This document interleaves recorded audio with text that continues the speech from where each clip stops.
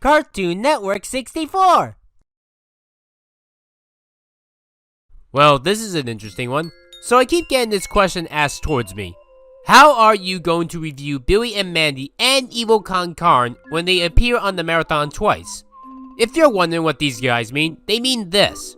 Yes, these shows appear twice. So what exactly is the deal here? Maxwell Atoms, the creator of both shows, originally had these shows aired together. They were part of a series of segments that would have the same half hour together. One half Billy and Mandy, and the other half Evil Con Carne. Then when they got popular enough, they were both separated from each other and became their own shows. Okay, does that make sense? No? Well, too bad. It's the best one that I got. For this, I only watched seasons 1 and 2 of Billy and Mandy, and season 1 of Evil Con Carne. And I'll watch and discuss the rest of those shows when we get to their own episodes next year. Since Billy and Mandy came first, we'll start the video off with that half of Grim and Evil. So, why is the Grim Reaper living with a 9-year-old boy and being bossed around by a 9-year-old girl? Because the Grim Reaper made a bet with these two. A limbo contest to be precise. If you win, which you won't, I'll be your best friend forever. I love games, and I never lose. And guess what? He loses the contest. And then is basically forced to be with these two forever, because he wanted a hamster that he lost a bet to. So he bet his life, which was incredibly stupid on his part that he regretted instantly. I loathe you. Why me? But yeah, that's the premise of the show, and that's why he stays with them. Pretty much every single episode can happen at any time and any continuity. There's some continuity to the show, but it's not as much as anything later on.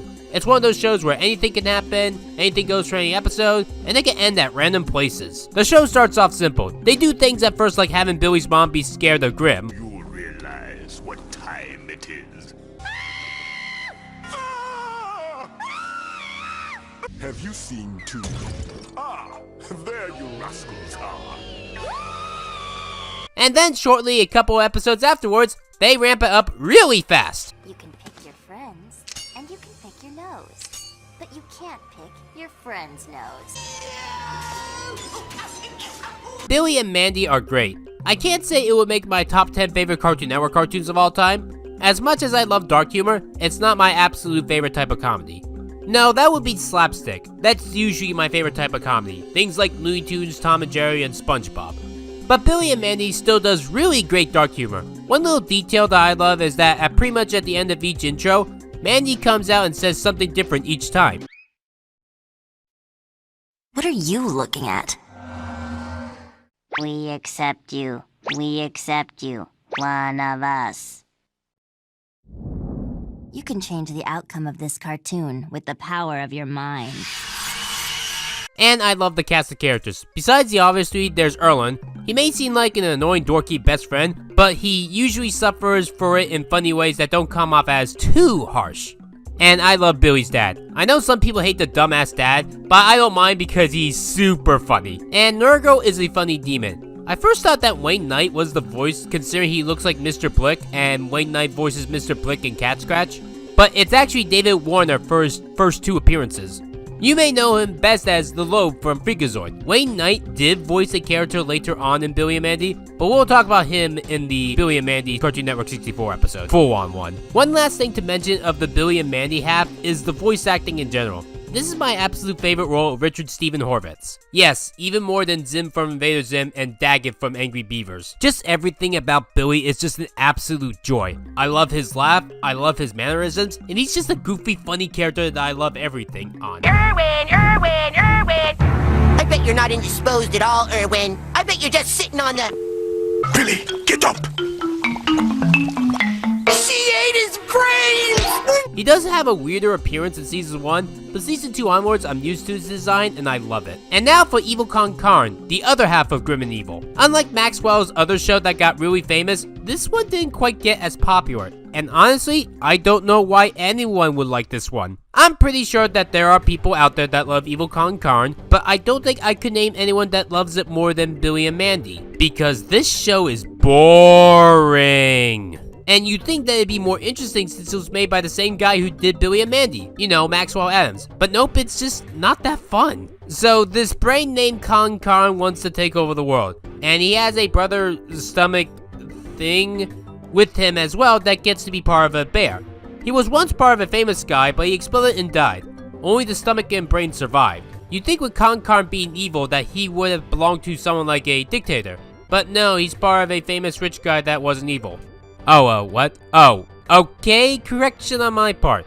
He was a crime lord, billionaire, playboy.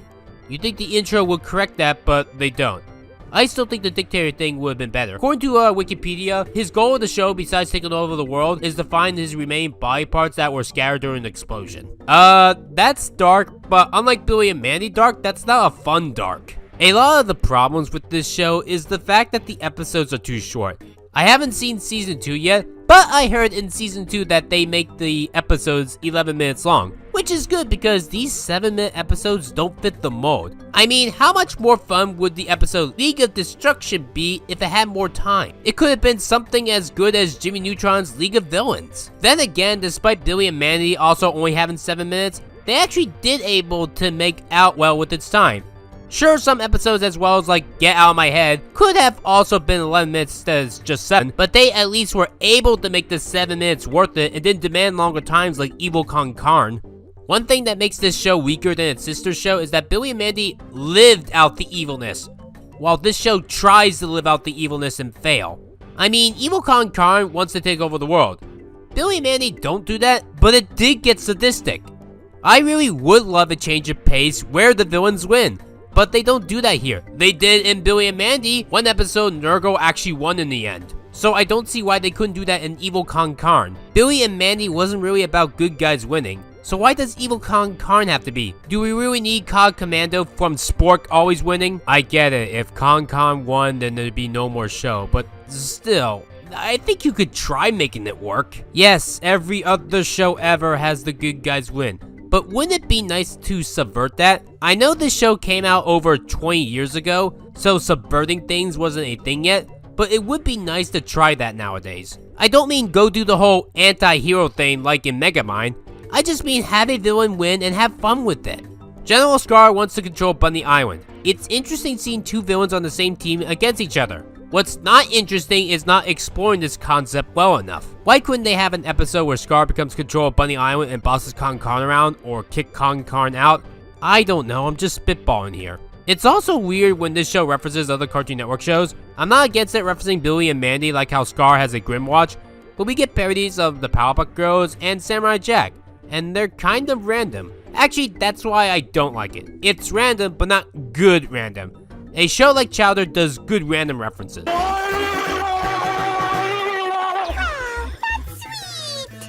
Okay, the Samurai Jack parody I will admit works because of Phil Lamar. You know him voicing Samurai Jack. For Powerpuff Girls, I don't know. The movie was airing around this time, I think. It's still just boring. As for Evil Karn's characters, well, as I said, Scar is not that interesting. Dr. Ghastly is your stereotypical mad scientist. Boskov is just a bear and he's stupid and he eats. And Karn is just mwahaha. I do, however, think his voice acting is my favorite part of the show. That's Phil Lamar. But I did have to look it up, because doesn't he sound like Grimm? I still hate you though. What in Santa's name are you doing? Don't they sound the same? Even though Grimm's voice actor is Greg Eagles. But if you can't get Greg Eagles for a Grimm role for whatever reason, get Phil Lamar to do it. He sounds like he'd be a great replacement. I think Evil Karn could be tried again in today's world. I'm sure people wouldn't be against this idea. People are loving the fact that Learn with Pibby is becoming a real cartoon, so the crossover aspect of Evil Karn can definitely be done right. We just now need the evil aspect done correctly. Maybe if Evil Karn was an adult cartoon, they could then get away with more evil stuff, like I said, dictatorship. I would recommend Grim and Evil to people, but just for the Billy and Mandy half, since it's funny and memorable. Just skip the Evil Karn half. It's really boring and unmemorable.